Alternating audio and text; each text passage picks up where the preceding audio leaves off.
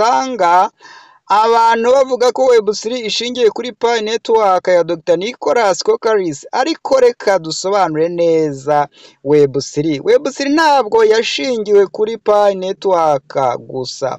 Web3 ni igitekerezo rusange cy'ahazaza ha internet gishingiye ku ikoranabuhanga rya blockchain, decentralization.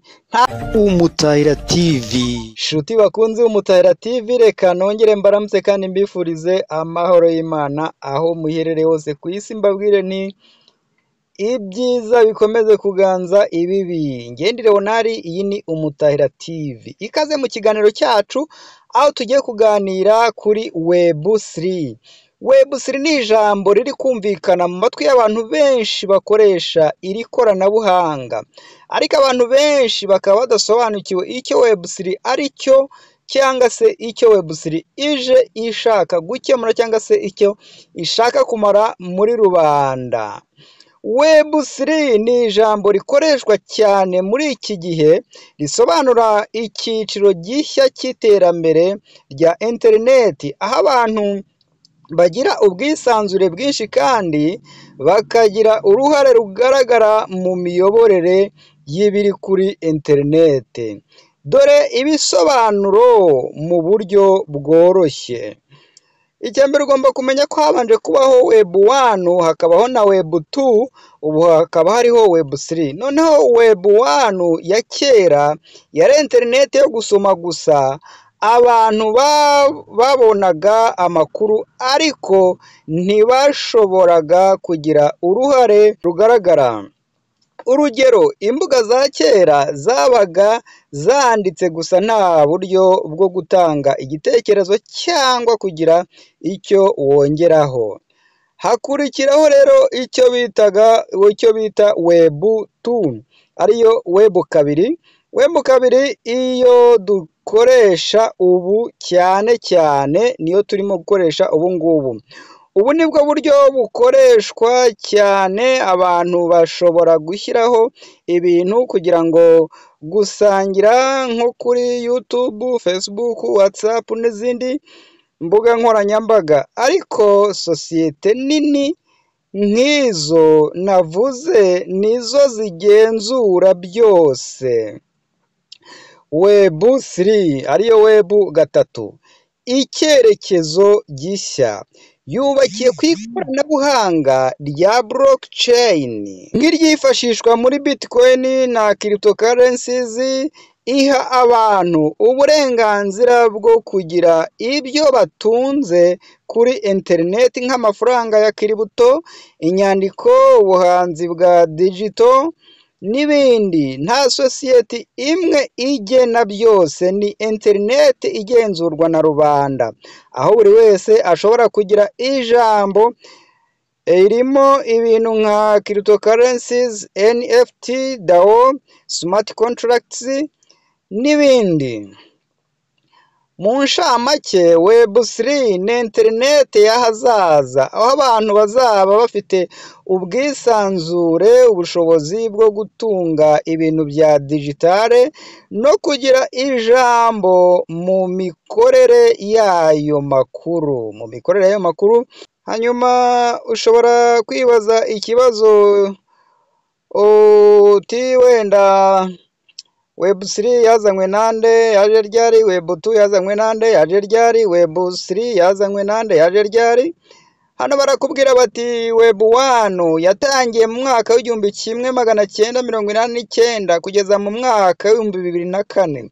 Yazanywe n'umuntu witwa Tim Berners-Lee, umushakashatsi w'umwongereza. Yashinze igitekerezo cya World Wide Web WWW mu 1989. Yari interineti yo gusoma gusa, nta buryo bwo gushyiraho amakuru cyangwa kuganira. Urugero, imbuga nk'iza mbere za Yahoo, Netscape n'izindi. Web2 2004 kugeza ubu turi muri Web2 kuva mu mwaka w'ibihumbi 2004 kugeza ubu. Yazanywe nande? Ntabwo yazanywe n'umuntu umwe, ahubwo yazanywe n'iterambere ry'ikoranabuhanga, ariko sosiyete zikomeye nizo ziyoboye cyane. Hari Google, hari Facebook Meta, hari YouTube, hari Amazon, hari Twitter n'izindi. Izi sosiyete zashyizeho uburyo bwo gusangira amakuru, kuvugana, gushyiraho videwo n'amafoto, ariko zihita zifata ububasha bwo kugenzura ibyo dukora kuri interineti. Web3 cyangwa se Web3 guhera mu mwaka w'ibihumbi 2020 na mbere yazanywe nande? Yazanywe n'abantu batandukanye bakoresha ikoranabuhanga rya blockchain. Nta muntu umwe wayizanye, ariko hari izina rikomeye. Satoshi Nakamoto niryo zina ry'ikinyoma ry'umuntu cyangwa itsinda ryazanye Bitcoin mu mwaka w'ibihumbi 2008.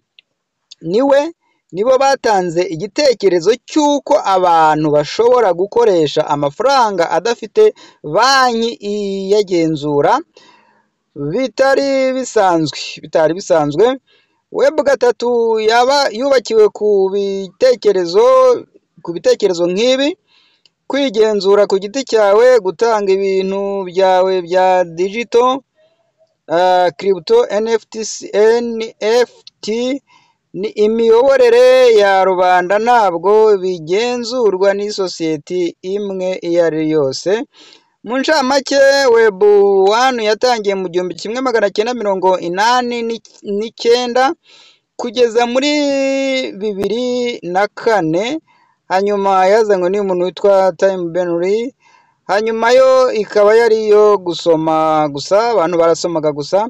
Web2 yatangiye mu mwaka w'ibihumbi 2004, Web2 yatangiye mu mwaka w'ibihumbi 2004, kugeza ubu niyo tukirimo. Hanyuma yazanywe na Google, Facebook ndetse n'izindi nizo zigenzura.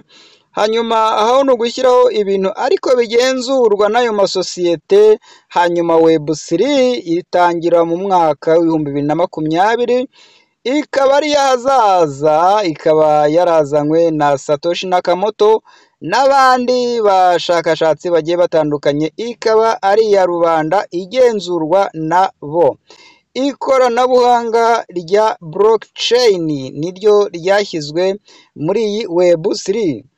Hanyuma ushobora kwibaza uti, ko njya numva abantu bavuga yuko Web3 ifite ihuriro rikomeye na Pi Network. Nibyo koko, hariho usanga abantu bavuga ko Web3 ishingiye kuri Pi Network ya Dr. Nicholas Kokaris, ariko reka dusobanure neza Web3. Web3 ntabwo yashingiwe kuri Pi Network gusa.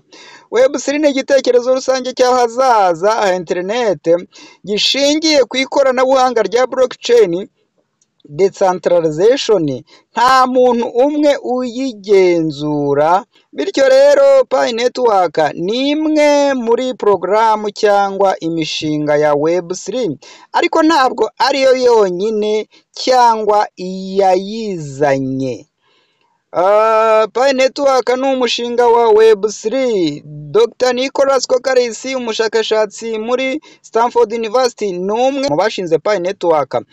Pi Network ifite intego yo gutuma abantu bose bashobora kubona amafaranga ya crypto mu buryo bworoshye, bitabaye ngombwa ko bakoresha imashini zikomeye nk'izakoreshwaga kuri Bitcoin. Ibi bihuye n'igitekerezo cya Web3 koko.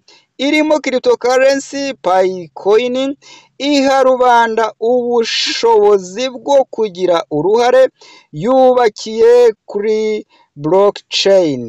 Ikindi cyo ugomba kumenya, icyo abantu bavuga Web3 Pi Network bishingiyeho, abantu benshi batari basanzwe bajya mu by'ikoranabuhanga babonye bwa mbere Web3 banyuze kuri Pi Network app.